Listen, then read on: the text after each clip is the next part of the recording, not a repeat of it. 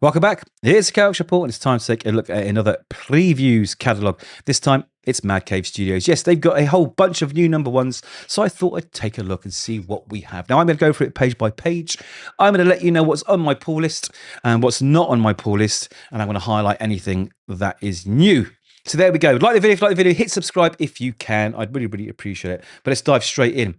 So, Defenders of the Earth by ex-DC head honcho Dan Didio. I never get names right. Now, this is a running theme on the channel, and one day I'm going to get a slap for it. But anyway, here we are. Alex Sanchez on art. Now, I've not read any of the prior runs. I'm assuming there's prior runs to this.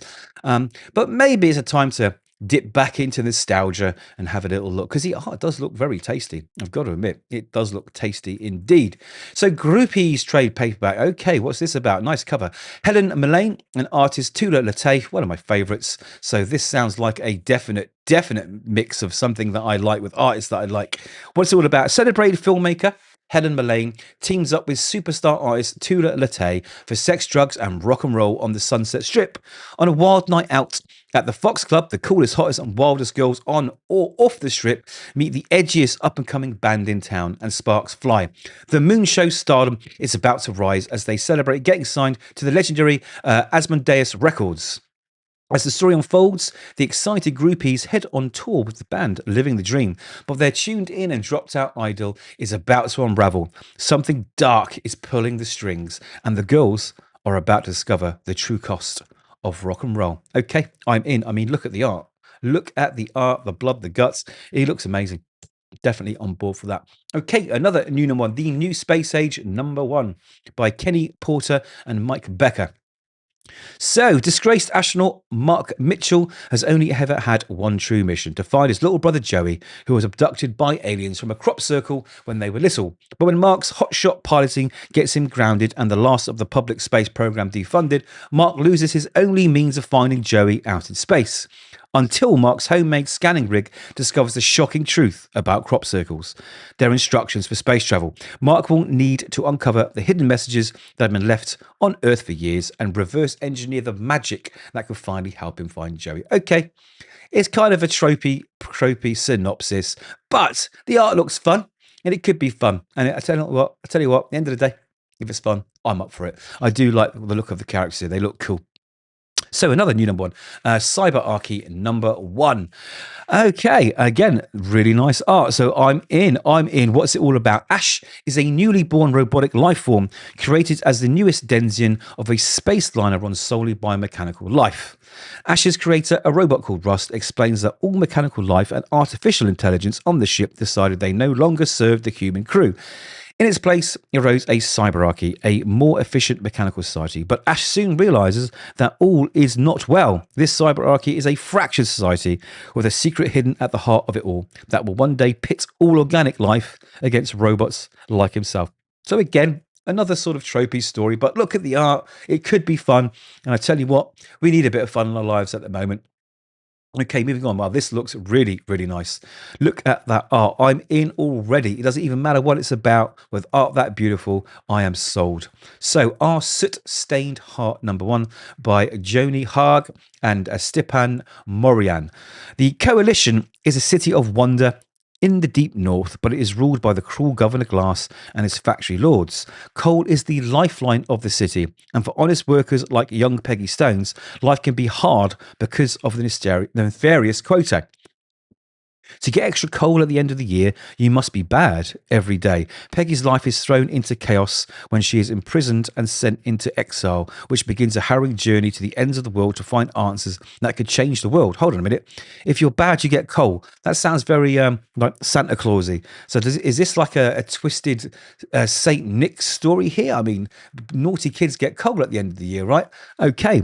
Maybe that's the twist. So, from the minds of debut writer Joni Haag and superstar artist Stepan Morian, with colorist Ropeman and Eisner Award-winning letterer Hassan Ostermain Alhal, who's amazing, comes the most thrilling steampunk adventure of the winter. Yeah, I think that's got a little twist to it for sure. It must do.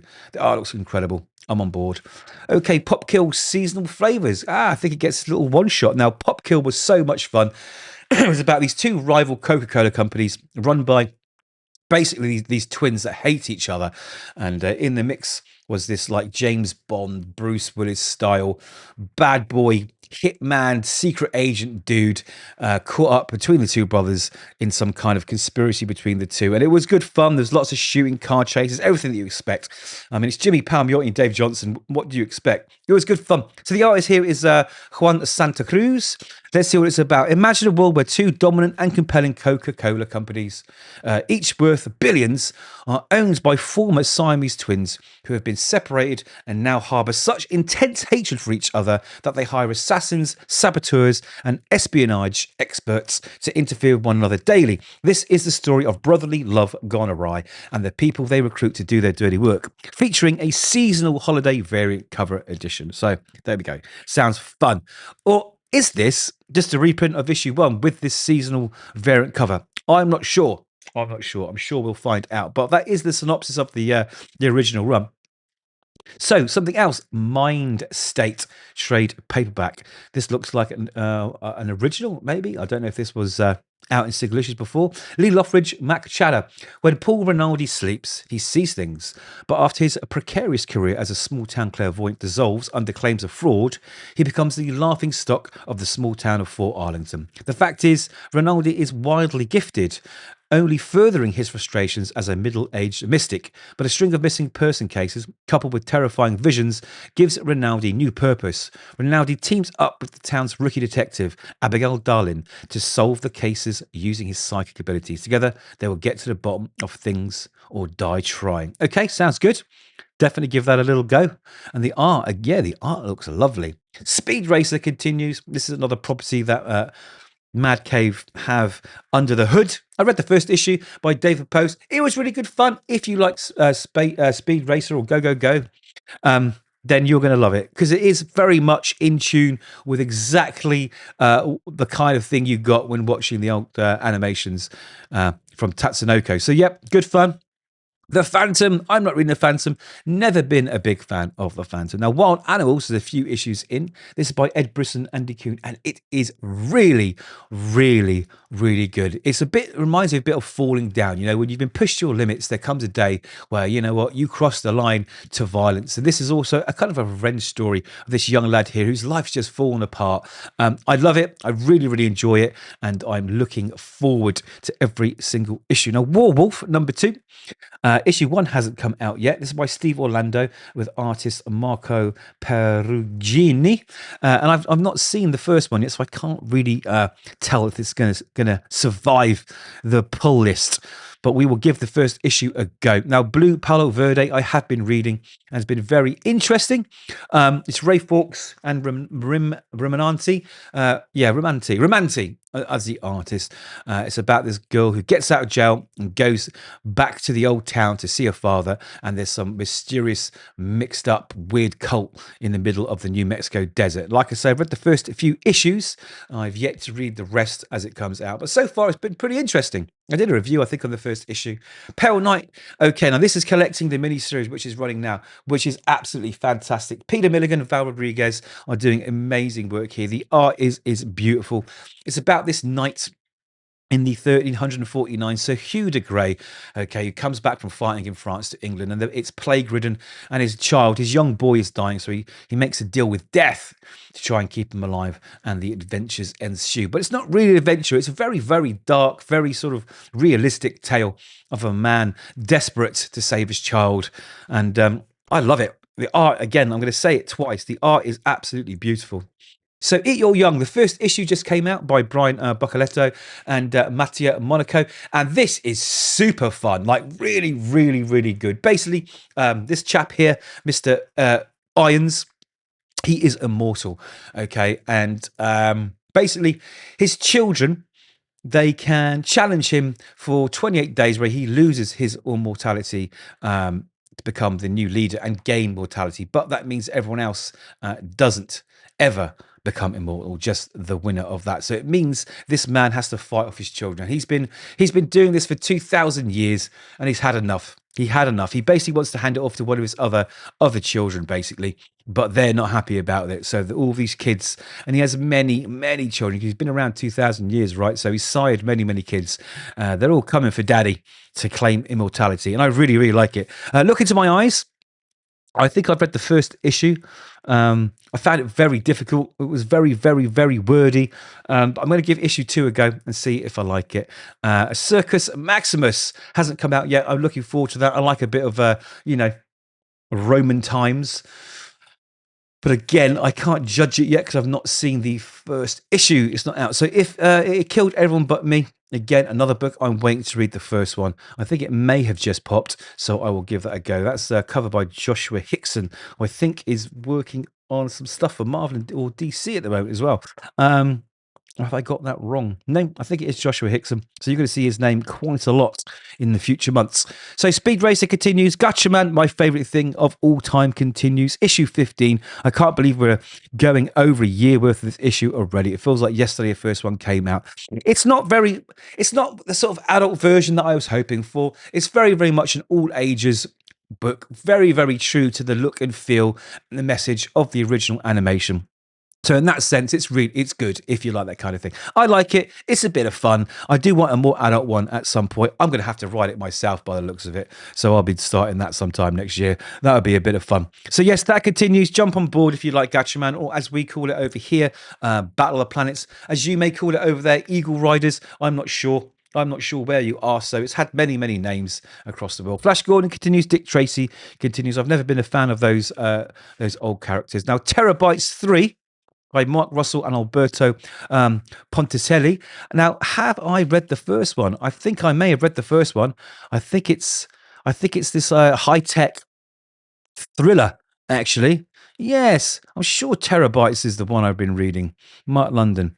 But anyway, that's on the list for sure. Liquidator 2, not read the first one. I'm going to give that a go because it's Peter Milligan, and I like Peter Milligan. Artist Peter Kowalski. I'm not sure what it's about. Let's see what this says here. It says, tormented by demons, life falling apart at the seams, Aubrey Street makes the perfect time-traveling liquidator. But arriving in New York in 1883 in search of a book that won't be published for another 80 years, Aubrey has fallen into the clutches of the mysterious Hawksmoor, a man willing to kill to escape from time itself. Okay, so time-traveling adventure. We'll give that a go. So far down below, I think is this a collection or is it an original trade back? Chris Condon. I'm touch and go with Chris Condon stuff.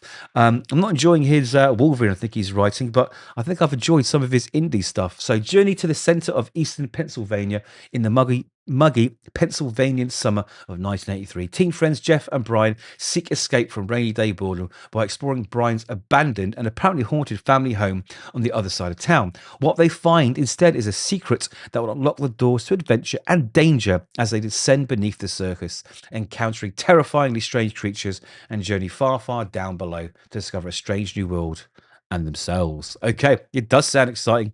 Very interesting premise. And there is some of the art. Yes, I have read the first issue of this. It was okay, actually. Yes, I think I'm waiting for the second one. So we'll give that a go. Gunpowder Profits. I've not read the first one. I'm not sure if it's even out or if it's about to come out. So I'll reserve judgment. But Red Vector. This was super good. Tim Daniel, David Andre, and Chris Evenhouse. I think that's how you pronounce it. So this is basically a sort of space opera, Star Wars-esque galactic adventure. I'm really enjoying it. Two people from opposing sides that have to come together, to save themselves and take them back to their own galaxy and time. It's really good fun. I thoroughly enjoyed it. The art was absolutely first class. That's definitely on the pull list. Now, all has just come out. Not read it. Temporal. Again, I haven't seen this, but I think I'm going to check it out. I'm not sure what it's about. I don't want to read the synopsis 3 issues in because it might spoil something. Flow, I really tried to read this book. I know it wasn't aimed for me. I know it wasn't, but I thought, you know what? I'm going to read it and see if I can do it. The dialogue is so dumbed down. It's really not very good. I'm really sorry, Paula Seven Bergen. I'm really sorry. The art was nice enough, but just the dialogue, it was really like it was written for children. Like, no. Ferocious 2. This is new. I didn't hear about Ferocious One, so I might look this up. The feral woman's training takes the boy far beyond the confines of the only home he's ever known. As they venture south together, he's forced to confront a pair of volatile former soldiers and the limits of his own morality. Doesn't say much, so I'm going to have to look at the first issue. Luke Peter Pitołowski and Emmanuel Icolani. Okay, I'm getting better with some of these names.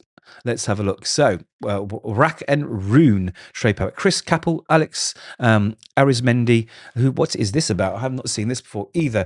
Rory's life is full of miracles, but he's not happy because his life is also full of secrets. Rory was born into magic. His family belongs to the Translators, a reclusive society that zealously guards their magical abilities. But Rory finds himself obsessed with the ordinary world, especially the non-magical outsiders who inhabit it. He often sneaks away to explore the busy streets of New York City, where he meets and falls in love with Tyson, an outsider unaware of Rory's magical nature. As the love grows, Rory must face a question he can no longer ignore. Why keep magic hidden when it could help so many? The arts reveals long-held secrets and terrible danger. This is definitely not for me. The art's not exciting me. I'm really, really sorry. It doesn't mean it's bad. Just means it's not my cup of tea.